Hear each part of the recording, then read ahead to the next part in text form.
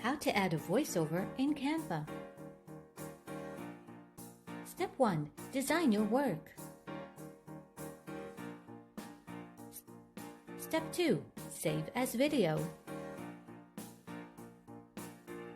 Step 3. Record your voice while watching your video. Tip: you can use your smartphone to record.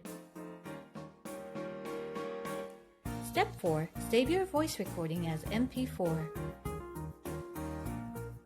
Step 5. Upload to Canva. Step 6. Place in every page.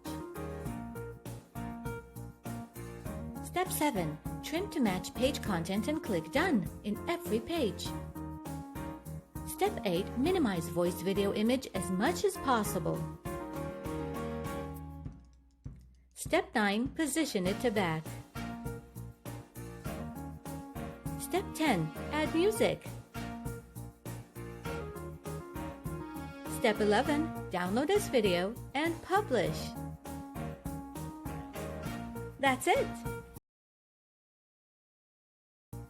Want a step-by-step tutorial? You got it! Watch the next video!